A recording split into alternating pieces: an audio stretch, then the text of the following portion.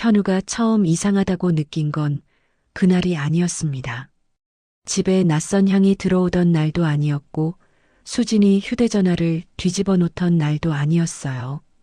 더 정확히 말하면 현우는 이상함을 이상함으로 인정하지 않았습니다.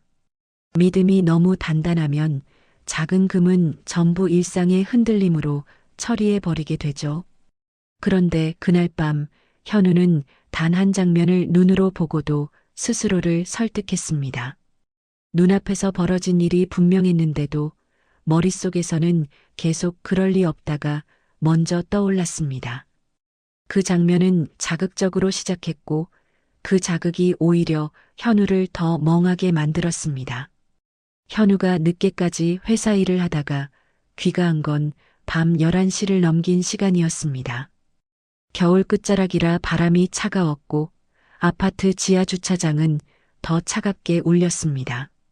차를 세우고 엘리베이터로 걸어가는 길에 현우는 지갑을 찾느라 코트를 더듬었습니다. 그 순간 휴대전화가 한 번 울렸습니다. 화면에는 단톡방 알림이 떠 있었고 동창 모임이라는 이름이 보였습니다. 수진이 들어가 있는 방이었습니다. 현우는 무심히 화면을 내렸고 그 무심함이 나중에 얼마나 무거운 후회가 되는지 그때는 몰랐습니다.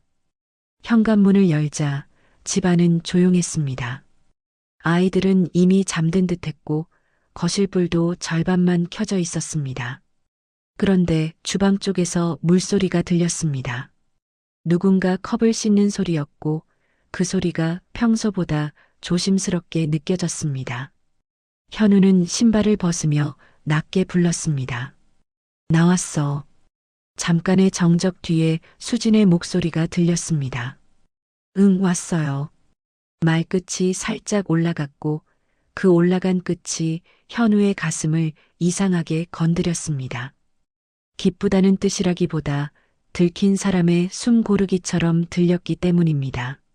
수진이 거실로 나왔을 때 머리는 젖어 있었습니다. 샤워를 막 끝낸 머리처럼 보였고 얼굴에는 얇은 물기가 남아 있었습니다. 그런데 그 시간에 수진이 샤워를 했다는 사실이 현우의 머리를 스치고 지나갔습니다. 평소라면 아이들 재우고 나면 바로 침실로 들어가 잠들기 바빴던 사람이었습니다. 현우는 코트를 벗어 소파에 걸치며 물었습니다. 이 시간에 샤워를 했어? 수지는 잠깐 멈칫하더니 아주 자연스럽게 웃었습니다. 오늘 밖에서 좀 추웠잖아요. 몸이 찬 것 같아서요. 말은 자연스러웠지만 웃음은 아주 얇았습니다. 현우는 그 얇음을 잡으려다가 놓쳤습니다. 잡는 순간 믿음이 흔들릴까 봐요. 현우가 컵에 물을 따르려 주방으로 갔을 때 싱크대 옆에 와인잔이 하나 놓여 있었습니다. 수지는 술을 즐기는 편이 아니었고 집에서는 거의 마시지 않았습니다. 현우는 와인잔을 만져보려다 멈췄습니다. 괜히 손을 대면 괜히 묻는 사람이 되는 것 같았어요. 대신 현우는 일부러 태연하게 말했습니다. 오늘 동창들 만났지? 수지는 고개를 끄덕였습니다. 응. 다들 오랜만에 모였어요. 민재도 왔고 그 이름이 나왔을 때 현우는 오히려 안심했습니다. 민재는 수진의 고등학교 동창이고 게다가 누군가의 남편이었습니다. 현우가 동창 모임에 몇 번 함께 나간 적이 있어서 얼굴도 알고 있었습니다. 사람은 자신이 아는 얼굴에 쉽게 마음을 놓습니다. 특히 그 얼굴이 위험하지 않다고 분류된 얼굴이면 더 그렇습니다. 그런데 바로 그때였습니다. 현우의 휴대전화가 다시 울렸고 이번에는 화면에 민재라는 이름이 떠올랐습니다. 현우는 순간적으로 숨이 막혔습니다. 수진이 아니라 현우에게 전화가 온 겁니다. 아주 오랜만이었습니다. 민재가 현우 번호를 따로 저장해 두었는지도 의문이었죠. 현우는 잠깐 망설이다 전화를 받았습니다. 민재야. 수화기 너머로 민재의 목소리가 들렸습니다. 약간 취한 듯 하면서도 지나치게 또렷했습니다. 현우, 늦었네. 지금 집이지? 현우는 등골이 서늘해졌습니다. 민재는 왜 현우가 늦었다는 걸 알고 있을까요? 현우는 최대한 무심한 척했습니다. 응, 방금. 민재는 웃는 소리를 낮게 흘렸습니다. 그래, 잘 들어갔지? 수진도. 그 말이 끝나기도 전에 현우는 거실 쪽을 바라봤습니다. 수진은 소파에 앉아 있었고 표정이 굳어 있었습니다. 아주 잠깐이었지만 수진의 눈이 현우의 휴대전화를 향해 붙었습니다. 그 눈빛은 왜 바다가 아니라 왜 지금이었습니다. 현우는 그 차이를 구분하지 못했습니다. 현우는 전화를 끊기 위해 급히 말했습니다. 응, 무슨 일이야? 민재는 한 박자 늦게 대답했습니다. 아, 별거 아니고. 오늘 말이야, 내가 실수한 게 있나 해서. 혹시 수진이 기분 상한 거 없었어? 이 말은 겉으로는 걱정처럼 들리지만 속뜻은 오늘 수진의 반응이 이상하지 않았냐는 확인이었습니다. 현우는 그 속뜻을 감지하고도 그 감지를 바로 지워버렸습니다. 의심이 올라오는 순간 현우는 늘 가족을 떠올렸습니다. 아이들 얼굴 함께 만든 집, 명절마다 나눴던 웃음. 그 모든 장면이 의심을 죄로 만들었습니다. 현우는 짧게 말했습니다. 아니, 괜찮은데. 민재는 안도의 숨을 내쉰 듯 했습니다. 그래, 다행이다. 요즘 수진이 예민해 보이길래. 현우는 그 말에 더 혼란스러워졌습니다. 예민해 보인다는 말은 예민한 시점을 민재가 꽤 오래 지켜봤다는 뜻처럼 들렸기 때문입니다. 전화를 끊고 나서도 현우의 손은 한동안 뜨거웠습니다. 휴대전화가 손바닥에 달라붙은 것처럼 느껴졌고 화면은 꺼졌는데도 민재의 말이 계속 떠올랐습니다. 그때 수진이 먼저 입을 열었습니다. 민재가 뭐래요? 수진의 목소리는 놀랍도록 차분했습니다. 현우는 그 차분함에 또 한 번 안심하려 했습니다. 그냥 잘 들어갔냐고. 수진은 고개를 끄덕이며 물을 한 모금 마셨습니다. 민재가 술을 좀 마셨나 봐요. 현우는 수진의 얼굴을 유심히 보려다가 시선을 돌렸습니다. 얼굴을 들여다보는 행위 자체가 검사처럼 느껴졌기 때문입니다. 현우는 일부러 다른 이야기를 꺼냈습니다. 애들은? 수진은 곧바로 대답했습니다. 둘 다 잘 자요. 말은 정확했고 현우는 정확함을 믿음으로 착각했습니다. 다음 날 아침 현우는 이상하게도 잠을 깊게 못 잤습니다. 눈을 감으면 민재의 목소리가 다시 들렸고 수진의 굳었던 표정이 떠올랐습니다. 하지만 아침이 되자 현우는 자신을 다그쳤습니다. 피곤해서 예민해진 거라고 별일 아니라고요. 수진은 여느 때처럼 아이들 아침을 챙겼고 현우의 넥타이를 매만져줬습니다. 손끝은 따뜻했지만 그 따뜻함이 어딘가 표준처럼 느껴졌습니다. 마음에서 나온 따뜻함이라기보다 잘 훈련된 습관 같은 따뜻함이었죠. 현우는 그 차이를 또 외면했습니다. 며칠 뒤 수진은 피아노 학원 상담이 있다며 밖에 나갔다고 말했습니다. 원래 아이 레슨 시간에는 주로 수진이 동행했기에 그 말도 자연스러웠습니다. 그런데 그날은 레슨이 없는 날이었습니다. 현우는 달력을 확인하다가 그 사실을 알았고 손끝이 잠깐 떨렸습니다. 하지만 그는 스스로를 비웃었습니다. 달력 한 칸 잘못 본 걸 수도 있지 않냐고요. 현우는 자신의 불안을 웃음으로 눌렀습니다. 내가 요즘 너무 예민하네. 이런 자기 합리화는 중년의 일상을 유지하는데 아주 강력합니다. 현실이 깨지는 걸 막아주거든요. 그럼에도 현우의 마음 깊은 곳에는 작은 가시가 하나 박혔습니다. 그 가시는 자라지 않도록 매일 눌러야 했고 현우는 눌렀습니다. 수진이 휴대전화를 들고 화장실에 들어가면 개인 시간이라 생각했습니다. 수진이 메시지를 보고 웃으면 친구들 농담이라 생각했습니다.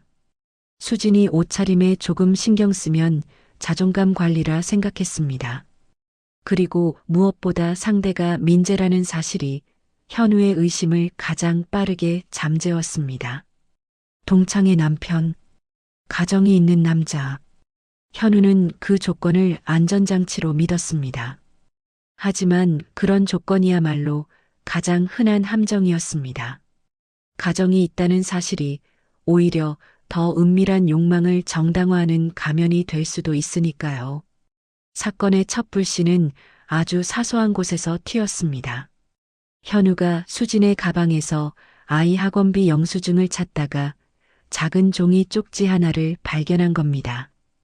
쪽지는 오래된 습관처럼 접혀 있었고 손글씨는 분명 수진의 것이 아니었습니다. 짧은 문장이 적혀 있었습니다. 어제는 고마웠어. 다음엔 늦지 말자. 현우는 그 문장을 읽는 순간 심장이 아주 느리게 내려앉는 느낌을 받았습니다. 고마웠어라는 말은 누구나 할 수 있습니다.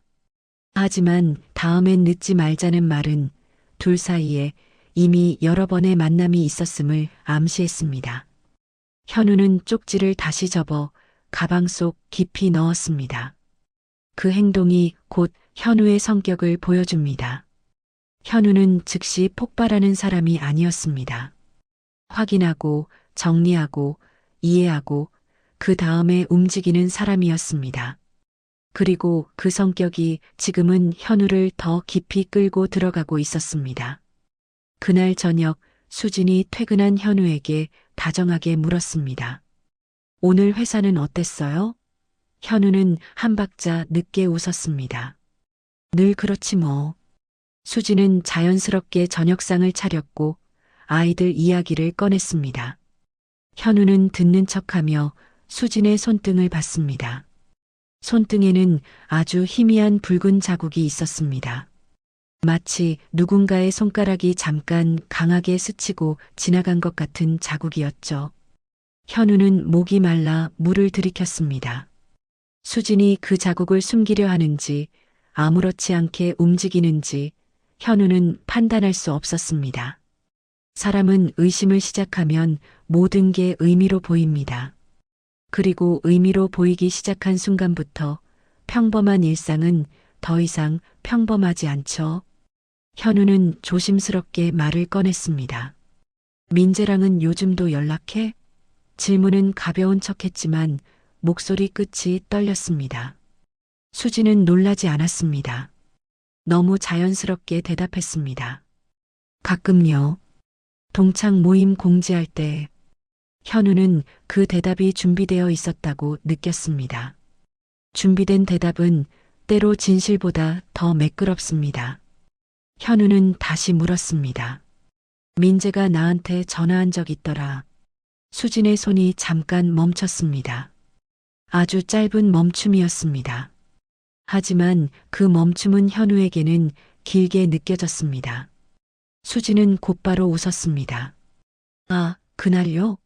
술 먹고 그냥 아무한테나 확인 전화한 거 아니에요? 현우는 고개를 끄덕였습니다.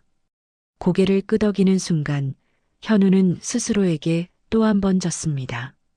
이미 가시는 더 깊이 박혔는데도 현우는 믿음이라는 망치를 들고 가시를 눌렀습니다. 현우가 의심하지 않았던 이유는 수진이 완벽해서가 아니었습니다. 현우가 완벽해야만 믿는다는 기준을 갖고 있었기 때문입니다.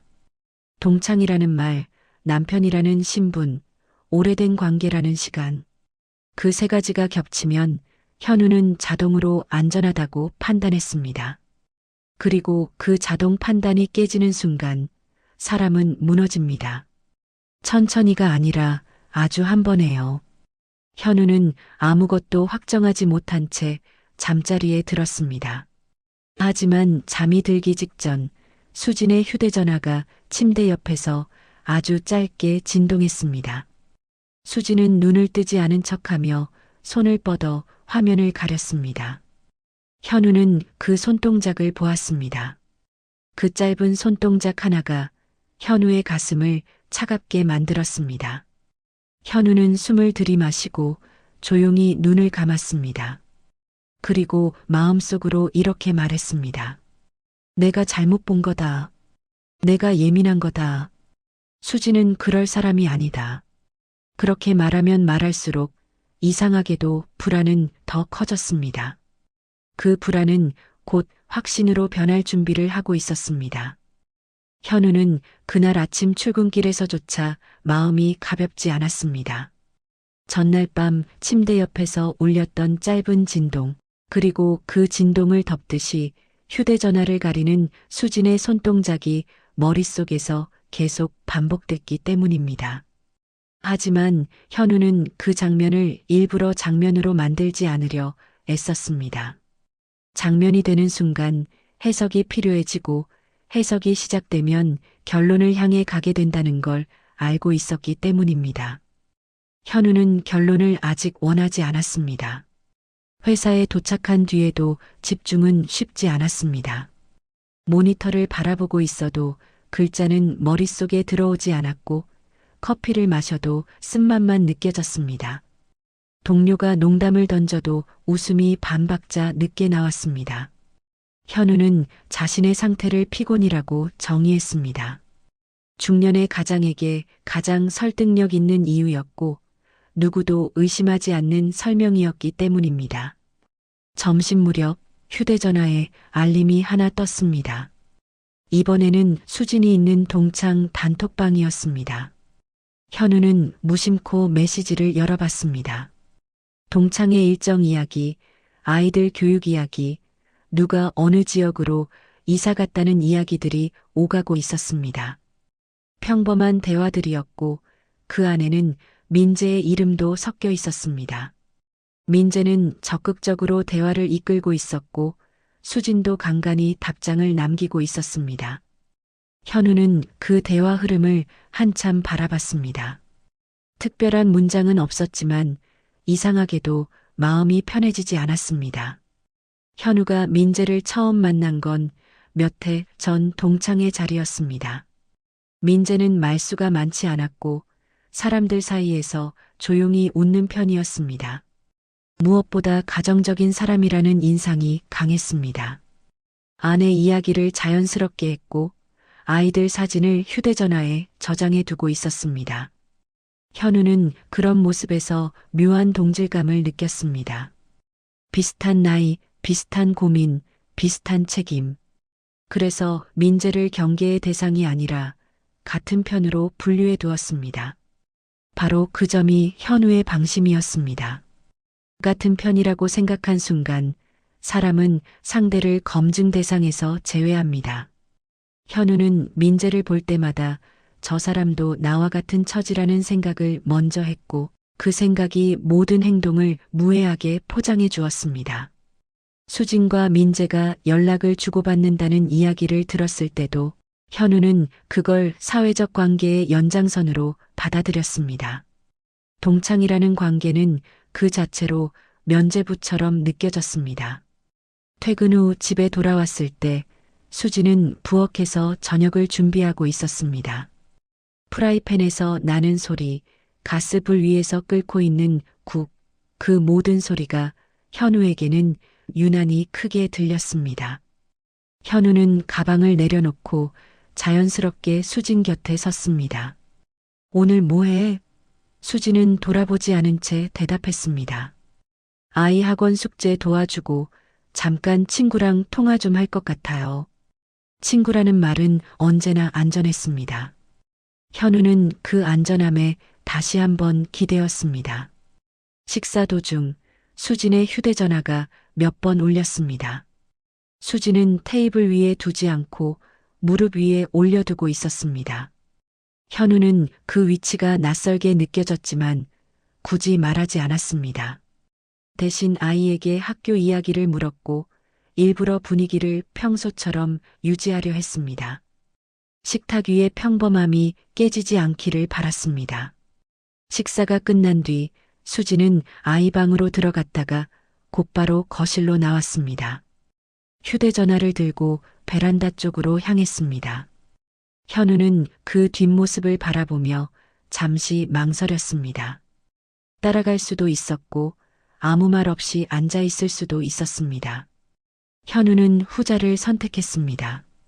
지금 묻지 않는 것이 가정을 지키는 선택이라고 믿었기 때문입니다. 베란다 문이 닫히는 소리가 들렸고 그 뒤로 수진의 목소리가 낮게 흘러나왔습니다. 통화하는 목소리였습니다. 현우는 텔레비전을 켜 소리를 키웠지만 귀는 여전히 베란다 쪽을 향해 있었습니다. 수진의 말은 또렷하게 들리지는 않았지만 웃음이 섞여 있다는 건 느낄 수 있었습니다. 그 웃음은 가족 앞에서 보이던 웃음과는 조금 달랐습니다. 더 조심스럽고 더 부드러웠습니다.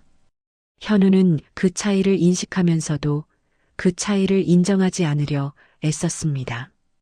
통화가 끝난 뒤 수지는 아무 일도 없었던 것처럼 거실로 돌아왔습니다. 현우는 일부러 시선을 맞추며 물었습니다. 동창들이야? 수지는 고개를 끄덕였습니다. 응, 민재가 오늘 모임 얘기 다시 꺼내서.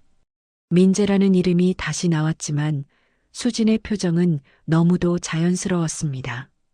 현우는 그 자연스러움이 오히려 가장 강력한 방패라는 걸 느끼면서도 그 방패를 부수지 않았습니다.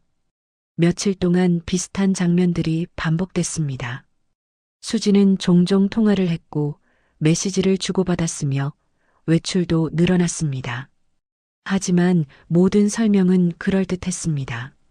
동창 모임 준비, 안부 연락, 오래된 인연. 현우는 그 설명들을 하나하나 받아들였습니다. 받아들이는 것이 편했기 때문입니다. 의심은 에너지가 들고 에너지는 중년의 일상에서 가장 아껴 써야 할 자원이니까요. 그러던 어느 날 현우는 우연히 수진의 일정표를 보게 됐습니다. 냉장고 옆에 붙여둔 메모지였습니다. 아이 학원, 병원 예약, 장보기 날짜 사이에 작은 글씨로 적힌 문장이 있었습니다. 민재 커피. 현우는 그 문장을 한참 바라봤습니다. 커피라는 단어는 가볍지만 이름이 함께 적혀 있다는 사실이 마음에 걸렸습니다. 현우는 그 메모를 떼어내지도 사진을 찍지도 않았습니다. 대신 머릿속에 그대로 저장했습니다. 확인은 하지 않되 잊지도 않겠다는 선택이었습니다. 그날 저녁 현우는 조심스럽게 말을 꺼냈습니다. 민재랑은 요즘 자주 보내. 수지는 놀라지 않았습니다. 동창회 준비하다 보니 연락할 일이 많아요. 현우는 고개를 끄덕였지만 그 말 속에서 빠진 단어를 느꼈습니다. 왜 하필 둘이서라는 질문에 대한 답은 없었습니다. 하지만 현우는 그 질문을 끝내 입 밖으로 꺼내지 않았습니다. 질문을 던지는 순간 관계의 균형이 무너질까봐 두려웠기 때문입니다. 현우가 가장 믿었던 건 상대가 민재라는 사실이었습니다. 오래 알고 지낸 동창의 남편. 그 사실 하나가 모든 의심을 눌러버렸습니다. 현우는 그 관계를 가장 안전한 구역으로 분류해 두었고 그 안에서는 경보가 울리지 않도록 스스로 차단해 왔습니다. 하지만 현우는 아직 몰랐습니다. 가장 안전하다고 믿었던 구역이 가장 오래, 가장 깊게 사람을 속일 수 있다는 사실을요. 믿음이 겹겹이 쌓인 자리에는 의심이 들어설 틈이 없고 틈이 없다는 건 균열이 생겨도 바로 보이지 않는다는 뜻이기도 합니다. 그날 밤 현우는 베란다 창에 비친 자신의 얼굴을 바라보았습니다. 피곤해 보였고 동시에 무언가를 외면하고 있는 사람처럼 보였습니다. 현우는 스스로에게 말했습니다. 아직은 아니라고, 아직은 확인할 필요가 없다고. 그렇게 말하며 불을 껐습니다. 집안은 다시 조용해졌고 그 조용함 속에서 의심은 조금 더 깊은 곳으로 내려가 자리 잡고 있었습니다. 현우는 그날 밤 쉽게 잠들지 못했습니다. 집안은 평소와 다르지 않았고 시계 초침 소리도 늘 그랬듯 규칙적으로 흘렀지만 그의 몸은 좀처럼 이완되지 않았습니다. 옆에서 잠든 수진의 호흡은 고르고 차분했지만 그 호흡이 오히려 현우를 더 깨어있게 만들었습니다. 같은 침대에 누워 있으면서도 서로 다른 생각을 하고 있다는 사실이 손에 잡히지 않는 거리처럼 느껴졌습니다. 현우는 천장을 바라보며 눈을 감았다 떴다를 반복했습니다. 생각을 멈추려고 할수록 장면은 더 선명해졌습니다. 며칠 전부터 현우의 머릿속에는 특정한 장면이 자꾸만 떠올랐습니다. 수진이 베란다에서 통화하던 모습, 웃음을 삼키듯 낮춘 목소리, 통화를 마친 뒤 거울을 보며 머리를 한 번 더 정리하던 손길. 그 손길은 누군가를 만나기 직전의 습관처럼 보였습니다. 현우는 그 장면을 떠올릴 때마다 몸 어딘가가 서늘해지는 걸 느꼈습니다. 분노도 아니고 질투도 아니었습니다. 정확히 설명할 수 없는 감각이었습니다. 다음 날 아침 현우는 평소보다 일찍 집을 나섰습니다. 회사로 향하는 길이 아니라 반대 방향으로 발길을 돌렸습니다. 이유를 스스로에게 설명하지는 않았습니다. 설명하는 순간 자신의 행동이 의심이라는 이름을 얻게 될 것 같았기 때문입니다. 그는 그저 커피가 마시고 싶었다고, 바람을 쐬고 싶었다고 마음속으로 둘러댔습니다. 하지만 발걸음은 분명히 한 방향을 향하고 있었습니다. 현우가 도착한 곳은 조용한 동네 카페였습니다. 수진이 메모지에 적어두었던 장소와 크게 다르지 않은 분위기의 공간이었습니다. 창가 자리, 나무 의자, 낮은 음악. 현우는 카운터에서 커피를 주문하고 가장 안쪽 자리에 앉았습니다.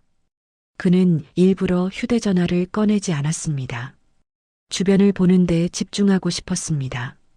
잠시 후 문이 열리는 소리가 들렸습니다. 현우는 고개를 들지 않았지만 감각이 먼저 반응했습니다.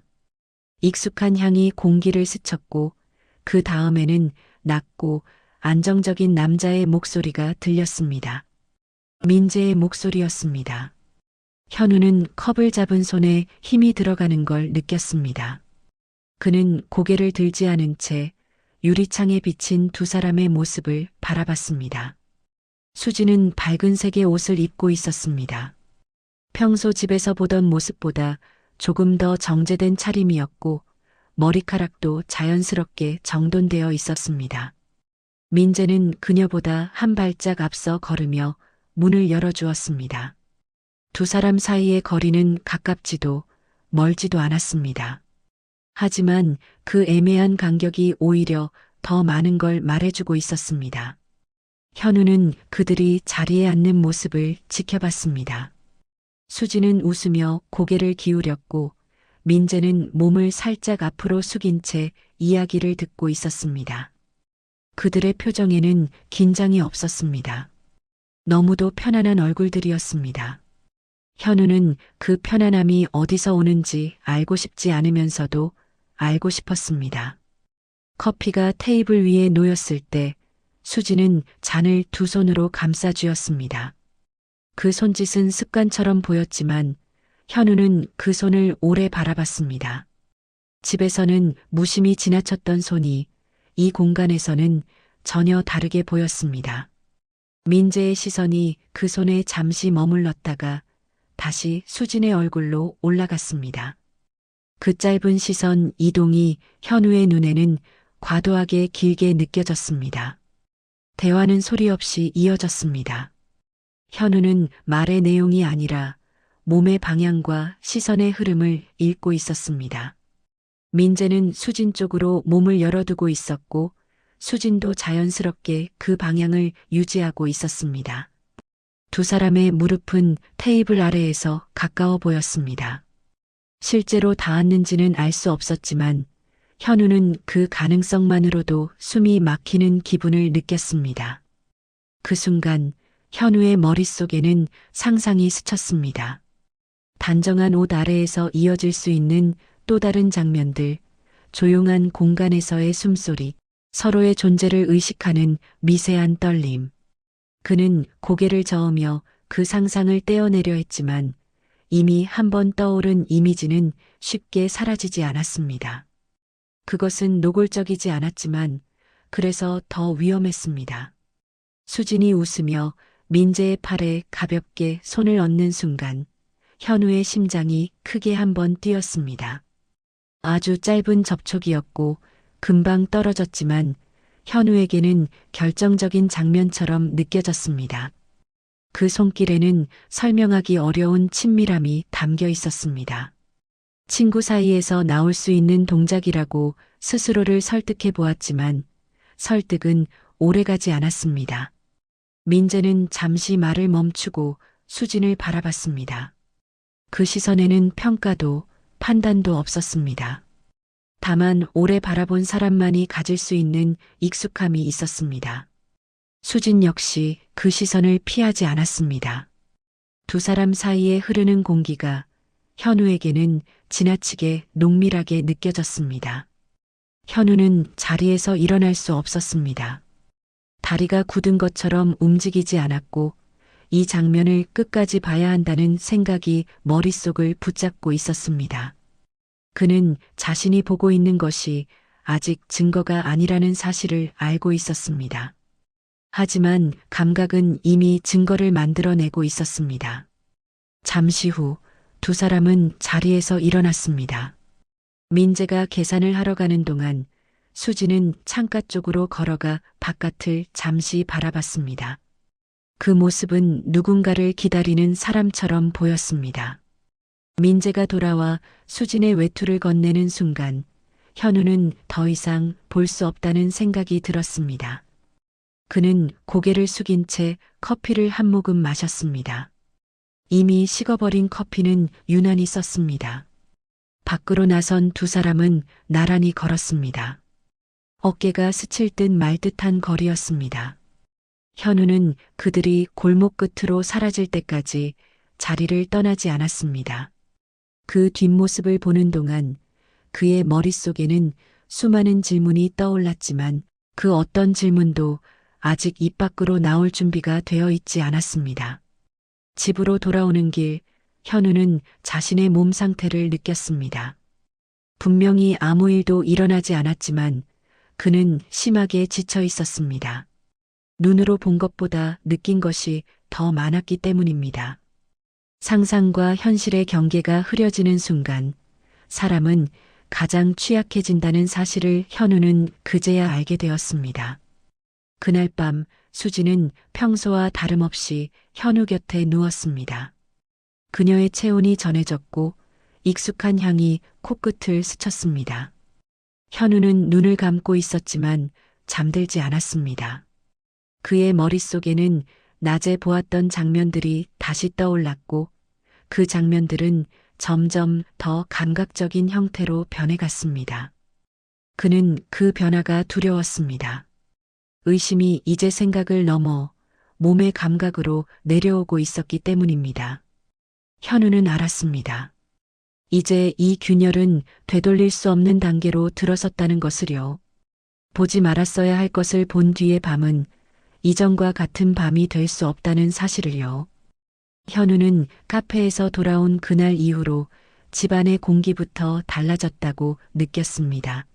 수진이 부엌에서 물을 따르는 소리, 아이가 방문을 닫는 소리, 텔레비전에서 흘러나오는 음악까지 모두 예전과 같아 보이는데도 현우의 몸은 계속 긴장해 있었고 특히 수진이 휴대전화를 손에 쥐고 화장실이나 베란다로 사라질 때마다 심장이 먼저 움찔했으며 그는 그 반응을 숨기려 고개를 숙이고 리모컨을 만지작거리거나 설거지 그릇을 정리하는 척했지만 눈은 늘 수진의 손목과 손가락을 쫓고 있었고 그 손끝이 무언가를 감추는 듯 보일수록 현우의 상상은 더 빠르게 달아올라서 설마라는 단어가 혹시가 임의로 바뀌는 과정을 그는 스스로도 막지 못했죠. 수지는 이상하리만큼 평온했습니다. 현우가 말이 줄고 표정이 굳어도 요즘 피곤해 보여요 정도로만 받아들이고 아이 앞에서는 늘 하던 대로 웃으며 밥을 챙겼고 잠들기 전에는 이불을 덮어주며 어깨를 가볍게 두드리기까지 했는데 현우는 그 다정함이 오히려 불안했습니다. 다정함이 죄책감의 다른 얼굴처럼 느껴졌고 그 다정함 뒤에 어떤 장면이 숨겨져 있는지 머릿속이 자꾸 그쪽으로만 흘러가서 현우는 수진의 체온이 옆에 닿을 때조차 마음이 놓이지 않았습니다. 며칠 뒤 수진은 토요일 오후에 아이를 데리고 피아노 학원에 다녀오겠다고 말했고 현우는 고개를 끄덕이며 다녀와요라고 평소처럼 대답했지만 그 말이 끝나자마자 자기 자신이 낯설게 느껴졌습니다. 사실 그는 학원보다 그 이동이 신경 쓰였고 수진이 어떤 길로 가는지 학원에서 얼마나 오래 머무는지 그 사이에 누구와 눈이 마주치고 어떤 표정이 오가는지까지 생각이 번져나갔으며 결국 현우는 뒤늦게 외투를 챙겨 입고 집을 나섰고 스스로에게는 아이가 필요한 간식을 사다 주려는 것뿐이라고 변명했지만 발걸음은 자연스럽게 학원 근처로 향했습니다. 학원 앞은 주말답게 사람들로 붐볐고 아이 손을 잡은 부모들이 줄지어 지나갔으며 현우는 그 군중 속에 섞여 멀찍이 서서 수진을 찾았습니다. 잠시 후 수진은 아이를 보내고 혼자 건물 밖으로 나왔는데 그 순간 현우는 자신이 처음 보는 수진의 얼굴을 본 듯했습니다. 남편과 아이 앞에서의 표정이 아니라 누군가와 약속이 있는 사람의 표정, 조금 더 환해지고 조금 더 가벼워진 표정이었고 수진은 휴대전화 화면을 확인하더니 립밤을 바르는 듯 입술을 정리하고 머리카락을 귀 뒤로 넘기며 목선을 드러냈는데 그 사소한 동작들이 현우에게는 준비로 보였고 그 준비는 결코 가족을 향한 것이 아닌 듯해서 현우의 속이 서늘해졌습니다. 얼마 지나지 않아 길 건너편에서 민재가 나타났습니다. 그는 주변을 둘러보며 수진을 찾았고 수진과 눈이 마주치자 짧게 웃으며 다가갔으며 두 사람은 처음부터 서로를 급하게 확인하지도 과장되게 반기지도 않았는데 그 점이 더 위험해 보였습니다.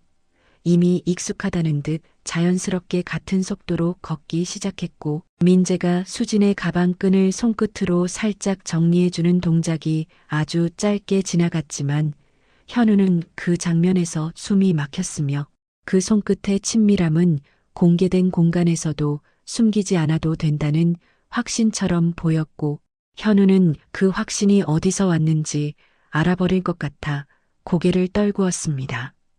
두 사람은 골목 안쪽에 작은 레슨실 겸 연습실로 들어갔고 유리문 너머로 피아노가 놓인 방이 보였으며 수진이 문을 열고 들어가는 순간 민재가 문을 붙잡아주면서 수진의 어깨 뒤쪽으로 몸을 아주 가까이 기울였는데 그 짧은 거리에서 오간 공기가 현우의 상상에 불을 붙였습니다. 피아노라는 악기가 가진 은근한 분위기, 조용한 방에서 울릴 수 있는 건반 소리와 숨소리, 손이 손을 지나칠 때 생기는 미세한 떨림 같은 것들이 한꺼번에 떠올랐고 현우는 그 상상을 끊으려 눈을 감았지만 이미 머릿속에서는 수진의 손이 건반 위를 미끄러지듯 움직이고 민재의 시선이 그 손목과 목선에 오래 머무는 장면이 저절로 이어졌습니다. 현우는 창문에 비친 실루엣만으로도 충분히 느낄 수 있었습니다. 수진이 피아노 의자에 앉아 상체를 살짝 앞으로 기울이고 민재가 그녀의 뒤쪽에서 악보를 넘기거나 자세를 잡아주는 것처럼 가까이 서 있던 순간들이 있었고 그때마다 두 사람의 거리는 점점 줄어들었으며 수진이 웃으며 고개를 뒤로 돌릴 때 민재의 얼굴이 너무 가까워 보여 현우는 본능적으로 한 발 뒤로 물러섰습니다. 그는 문을 열고 들어가 지금 뭐 하는 거예요? 라고 따지고 싶었지만 동시에 그 한마디가 자신의 가정을 바로 끝장낼 수도 있다는 두려움이 목을 눌렀고 그래서 그는 입술을 깨물며 손톱이 손바닥을 파고드는 통증으로만 자신을 붙잡았습니다. 그때 연습실 안에서 피아노 소리가 아주 짧게 울렸습니다. 정확히는 몇 개의 건반을 시험 삼아 눌러보는 듯한 소리였는데 그 소리가 멎은 뒤에 이어진 침묵이 현우를 더 미치게 만들었습니다.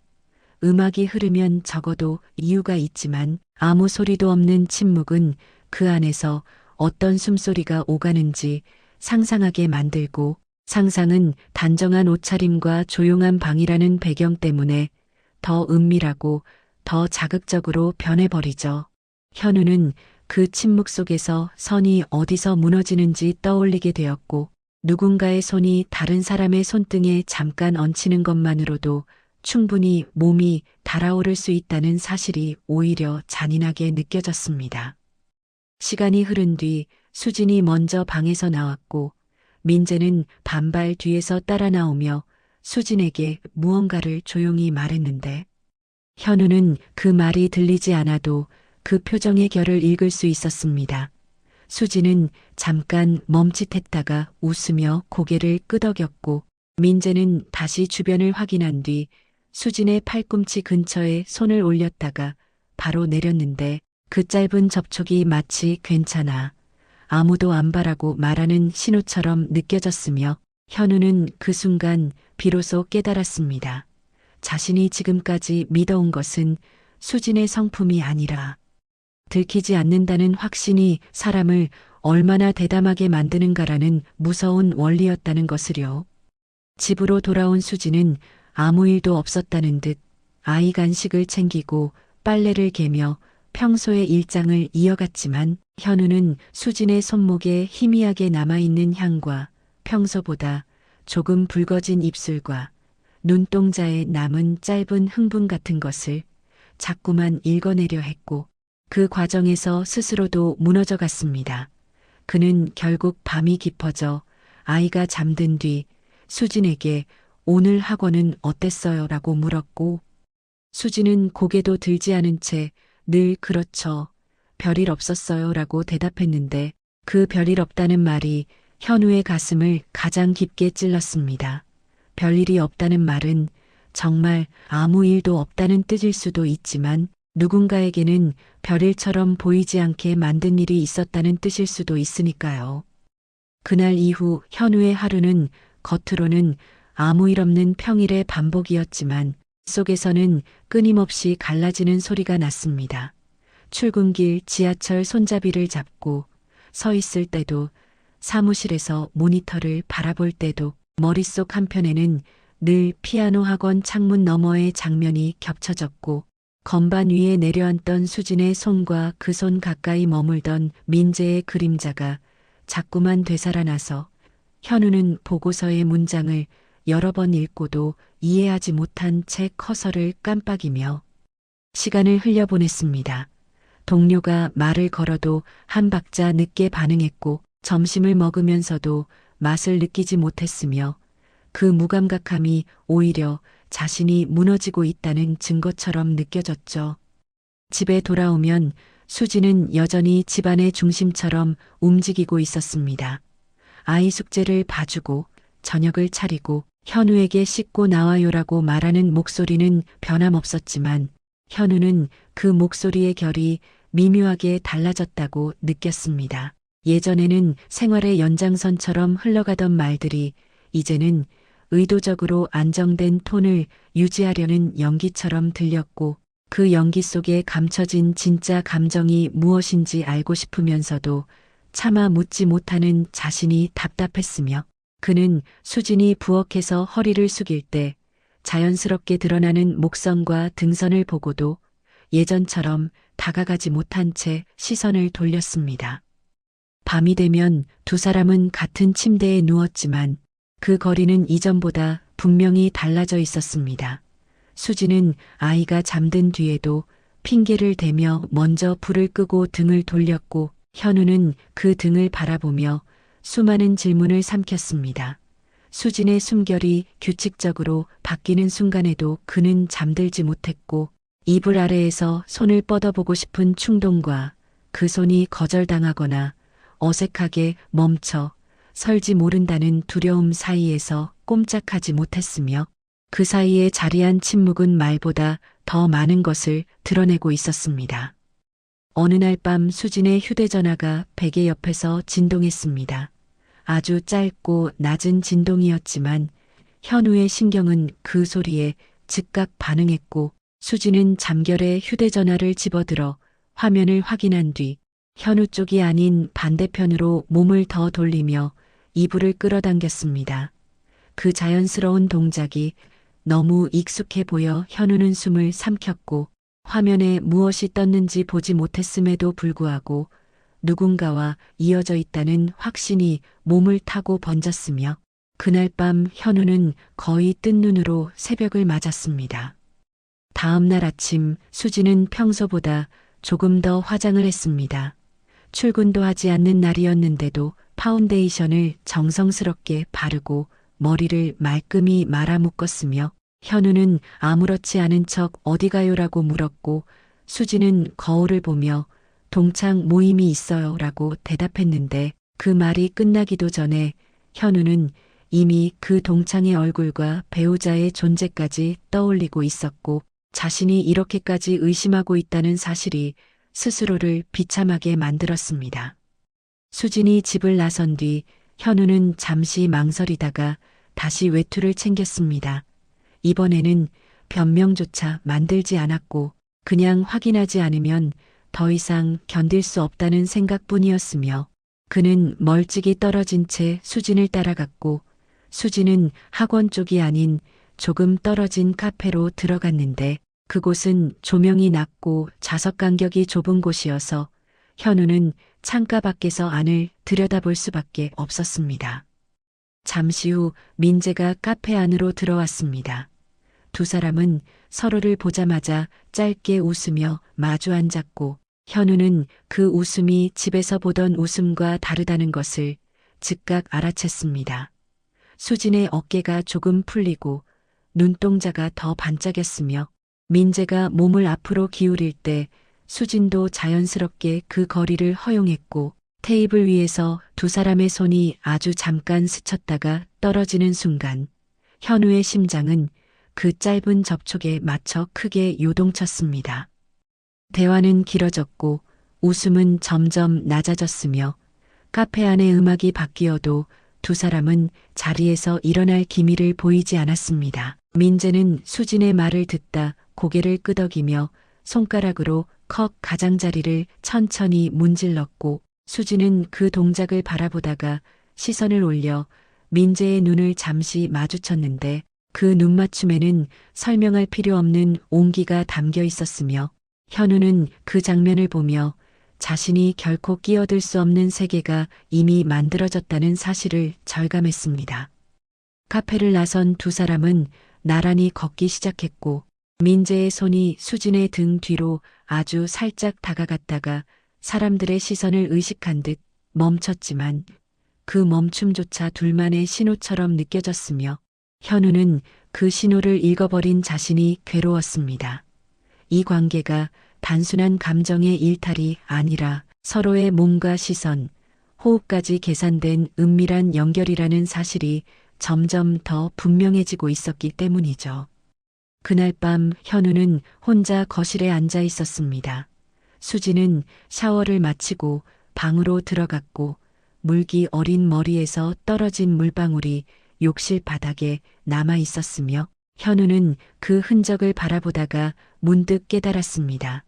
의심은 이미 확신으로 변했고 확신은 이제 선택을 요구하고 있다는 것을요. 더 이상 모르는 척하며 일상을 유지할 것인지 아니면 이 균형을 스스로 깨뜨릴 것인지 그 선택의 무게가 현우의 어깨를 눌렀고 그는 그날 밤 처음으로 이 집이 과연 안전한 곳인가라는 질문을 스스로에게 던지며 깊은 숨을 내쉬었습니다.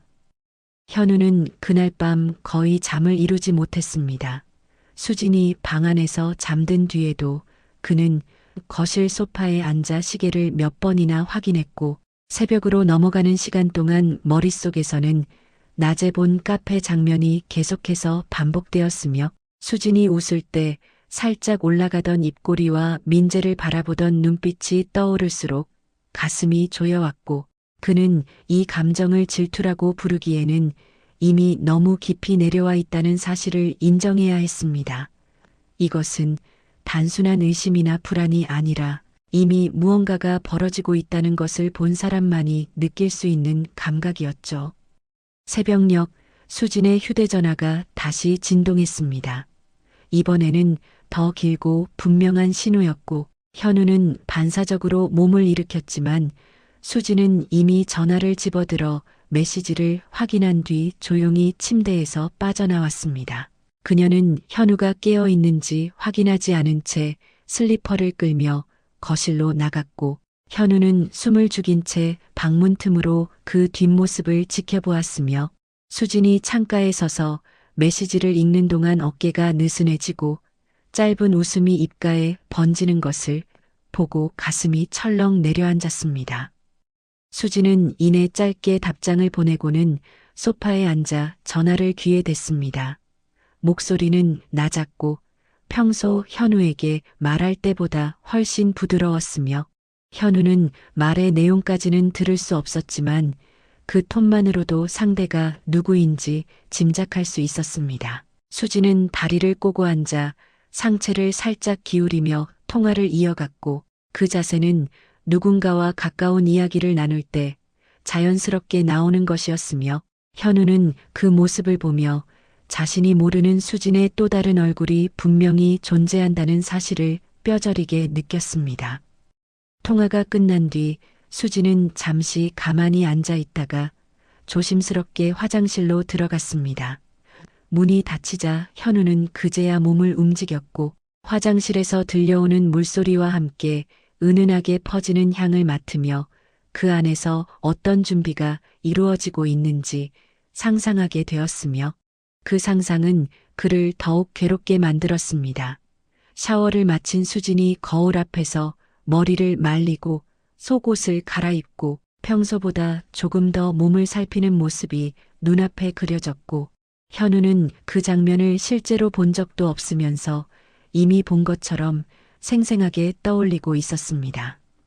다음 날 저녁 수진은 아이를 재운 뒤 잠깐 나갔다 올게요라고 말했습니다.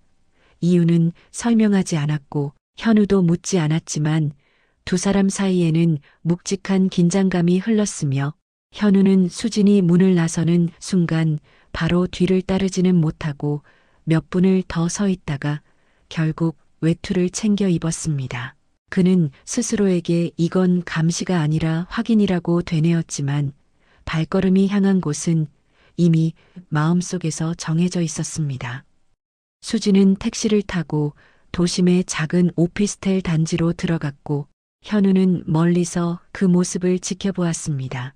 건물 앞에서 민재가 기다리고 있었고 두 사람은 서로를 보자마자 잠시 멈춰섰다가 자연스럽게 가까워졌으며 민재의 손이 수진의 허리 쪽으로 다가갔다가 사람들의 시선을 의식한 듯 잠시 멈췄지만 엘리베이터에 함께 오르는 순간 그 손은 다시 수진의 등을 감싸듯 자리 잡았고 현우는 그 장면에서 더 이상 부정할 수 없는 확신을 얻었습니다. 오피스텔 창문에 불이 켜졌고 커튼 사이로 희미한 그림자가 비쳤습니다.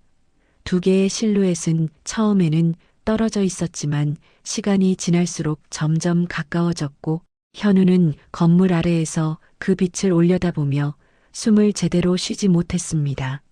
그 안에서 어떤 대화가 오가고 어떤 시선이 교차하며 어떤 손길이 이어지는지까지 구체적으로 떠올리게 되었고 그 상상은 차분하면서도 노골적인 현실감으로 다가와 현우의 머리를 멍하게 만들었습니다.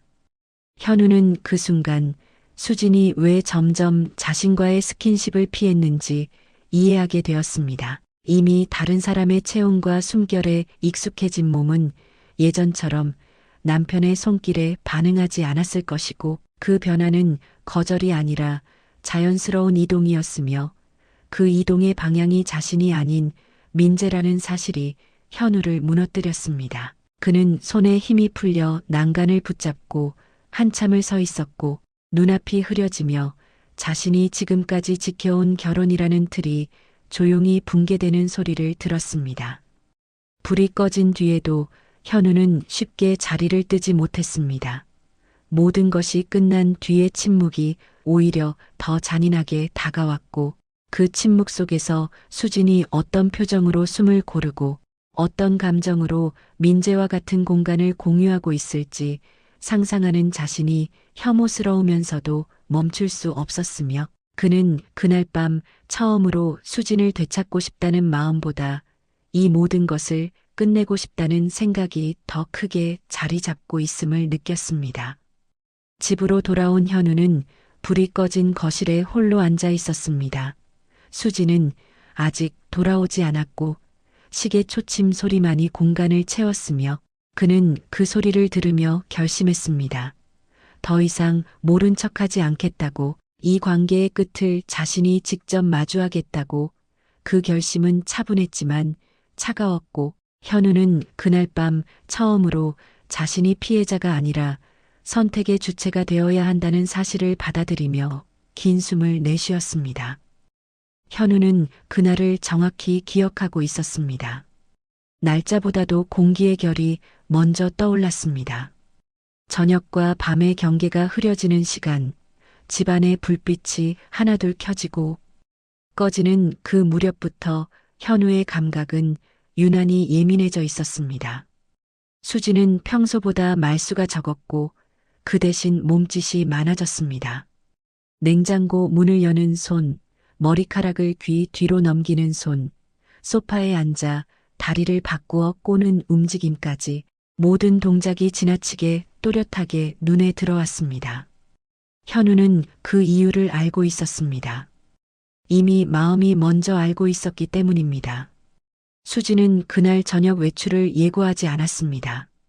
그래서 현우는 오히려 더 긴장했습니다. 약속이 없는 날, 설명이 없는 날, 그런 날이 가장 위험하다는 걸 현우는 이제 알게 되었습니다. 아이가 방으로 들어가 문을 닫은 뒤 수지는 거실에 앉아 휴대전화를 들여다보았습니다. 화면을 보는 각도는 현우 쪽이 아니었고 손목은 자연스럽게 안쪽으로 접혀 있었습니다. 현우는 텔레비전 소리를 조금 키웠지만 귀는 전혀 그쪽을 향하고 있지 않았습니다. 잠시 후 수진의 휴대전화가 짧게 울렸습니다. 진동은 길지 않았지만 수진의 몸은 즉각 반응했습니다. 어깨가 아주 조금 올라갔고 숨이 잠깐 멈췄습니다. 현우는 그 미세한 반응을 놓치지 않았습니다. 수진은 아무렇지 않은 척 일어나 부엌 쪽으로 걸어갔고 현우는 그 뒷모습을 보며 손에 쥔 리모컨을 더 세게 쥐었습니다. 수진은 부엌에서 물을 한 컵 따르며 메시지를 확인했습니다. 화면을 가린 손가락 사이로 짧은 웃음이 흘러나왔고 그 웃음은 집안의 공기와 어울리지 않았습니다. 현우는 그 웃음이 누구를 향한 것인지 묻지 않았습니다.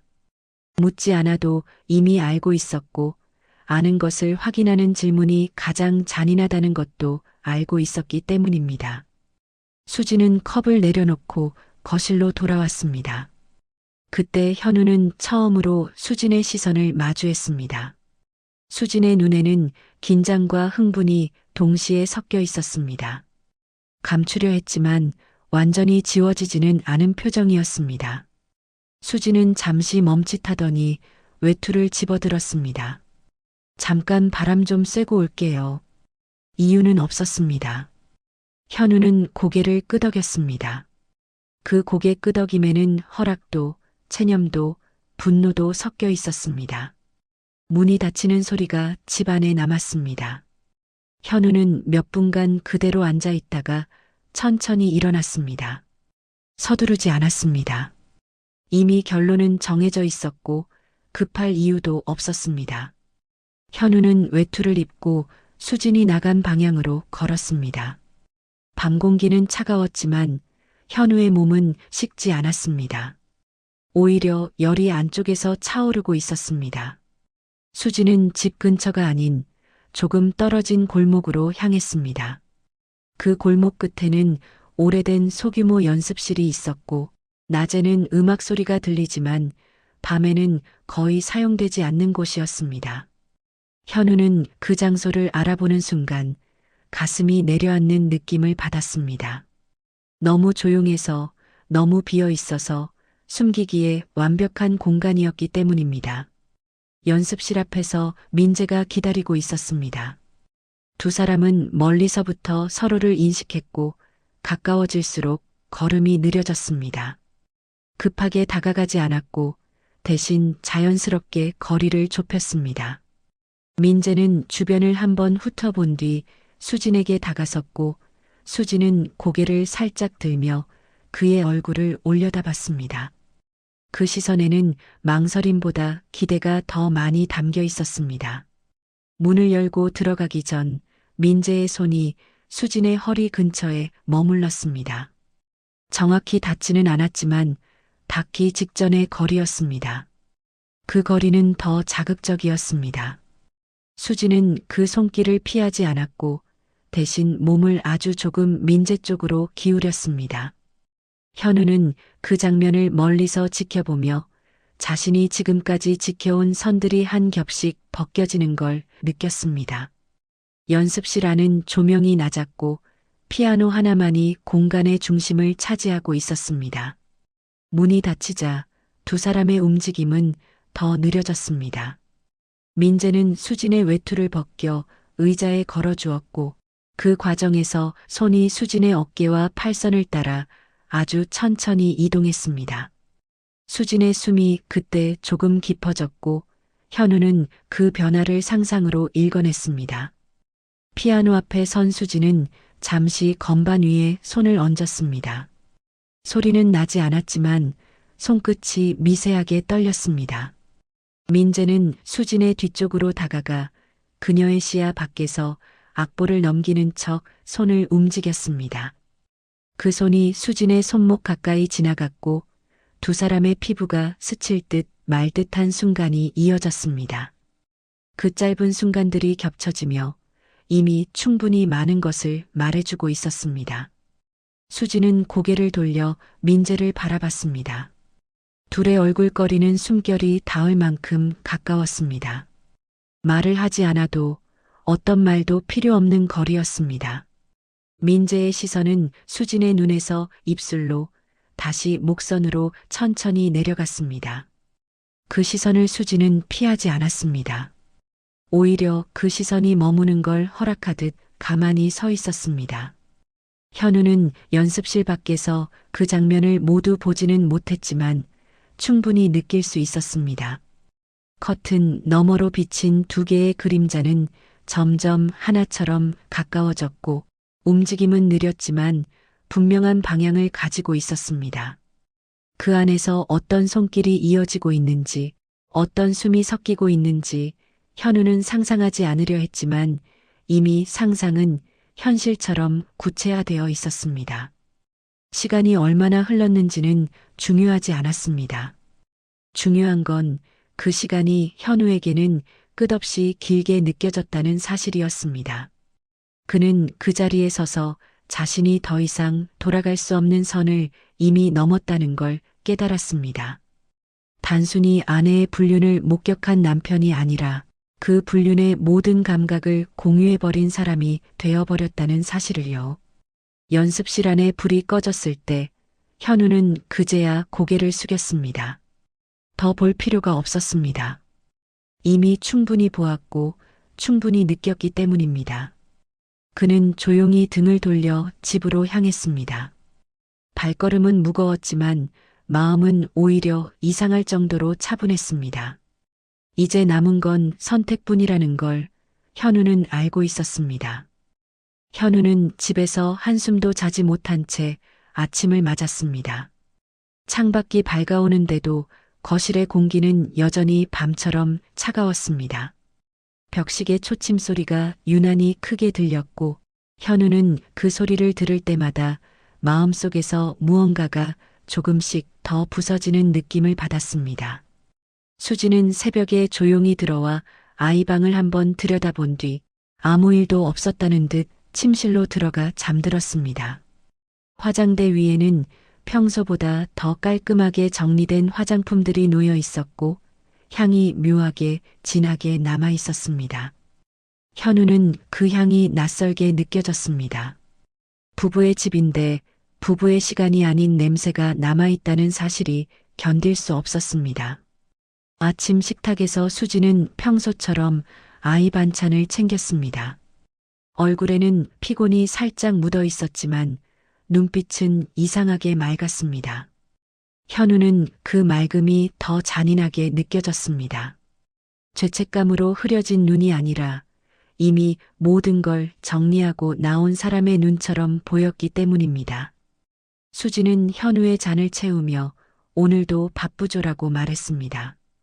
현우는 고개를 끄덕였지만 그 목소리가 너무 평온해서 속이 뒤집혔습니다. 아이가 학교로 나간 뒤 집안에는 두 사람만 남았습니다.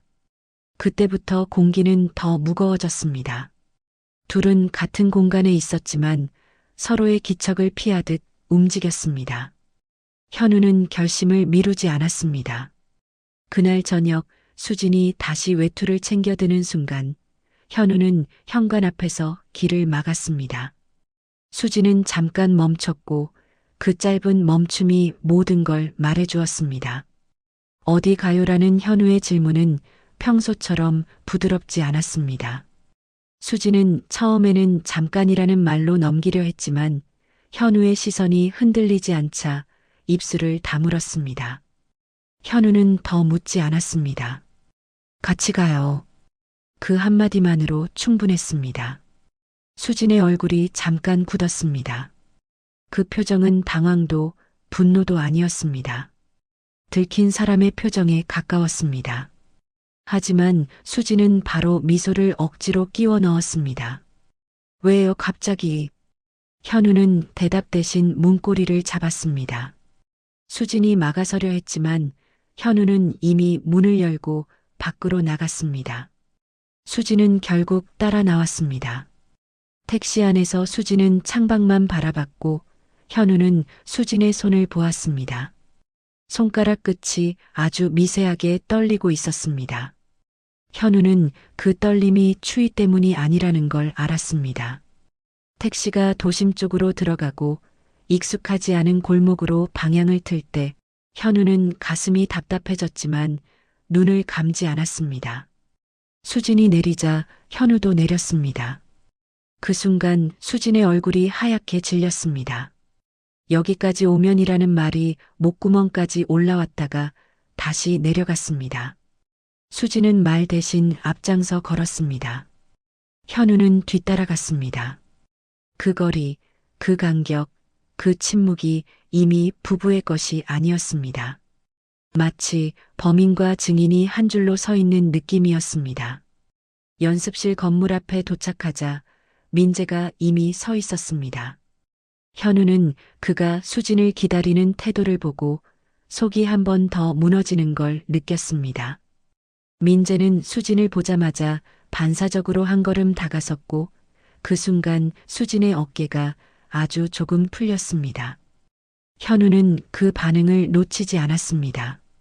남편 앞에서의 수진이 아니라 다른 남자 앞에서의 수진이었습니다. 민재는 현우를 보고도 처음에는 인지하지 못한 표정이었습니다. 그는 수진만 바라보는 습관이 이미 몸에 밴 사람 같았습니다. 하지만 현우가 한 발 더 앞으로 나오자 민재의 얼굴이 굳었습니다. 수진은 그 사이에서 아무 말도 하지 못했습니다. 세 사람의 시선이 얽히면서 공기가 더 무거워졌습니다. 현우는 조용히 연습실 문 쪽으로 걸었습니다. 수진이 급히 현우의 팔을 잡았지만 그 손길은 늦었습니다. 현우가 문고리를 잡는 순간 수진의 손가락에 힘이 들어갔고 현우는 그 힘으로 확신했습니다. 정말로 안에 무언가가 있다는 것을요. 현우는 팔을 빼지 않았습니다. 다만 수진의 손을 그 위에 그대로 둔 채 문을 열었습니다. 문이 열리는 소리는 생각보다 크게 울렸고 그 소리에 민재의 몸이 미세하게 굳었습니다. 문틈 사이로 들어온 공기는 따뜻했고 희미한 조명이 복도를 감싸고 있었습니다. 그리고 그 안쪽에 피아노가 보였습니다. 건반 덮개가 열려 있었고 의자가 조금 어긋나 있었습니다. 현우는 그 어긋난 의자를 보는 순간 전날 밤의 그림자가 다시 떠올라 목이 타들어갔습니다. 연습실 안에는 둘만 있지 않았습니다. 누군가가 더 있었던 흔적처럼 담요가 접혀 있었고 테이블 위에는 물병과 2개의 컵이 놓여 있었습니다. 음악을 하러 온 흔적이라기엔 지나치게 생활감이 강했습니다. 현우는 그 사소한 물건들에서 사람의 체온을 느꼈습니다. 수지는 더 이상 숨기지 못하고 고개를 숙였습니다. 민재는 입술을 달싹였지만 아무 말도 내뱉지 못했습니다. 세 사람 사이에 말보다 더 강한 증거들이 이미 널려 있었기 때문입니다. 현우는 피아노를 향해 천천히 걸었습니다. 손끝으로 건반을 한번 눌렀습니다. 짧고 차가운 소리가 공간을 갈랐습니다. 그 소리는 음악이 아니라 경고처럼 들렸습니다. 현우는 수진을 돌아봤습니다. 언제부터였어요? 목소리는 낮았지만 흔들리지 않았습니다. 수진은 바로 대답하지 못했습니다. 현우는 그 침묵이 더 잔인하다는 걸 알았지만 끝까지 듣고 싶었습니다. 수진은 숨을 들이쉬었다가 내쉬었습니다. 그리고 마치 오래 참아온 말을 꺼내듯 아주 천천히 말했습니다. 그녀의 입술이 움직이는 동안 현우의 가슴은 더 조여왔습니다. 수지는 처음에는 변명을 하려 했지만 현우의 눈을 마주하자 입술이 굳었습니다. 수진의 눈에는 눈물이 맺혔지만 그것은 후회라기보다 들킨 사람의 두려움 같았습니다. 현우는 그 눈물을 보고도 마음이 움직이지 않았습니다. 이미 마음은 한참 전에 다 타버렸기 때문입니다. 민재는 한 발 앞으로 나와 무언가를 설명하려 했습니다. 하지만 현우는 손을 들어 그를 막았습니다. 손짓 하나로 민재의 말이 멈췄습니다. 현우는 민재를 똑바로 바라봤습니다.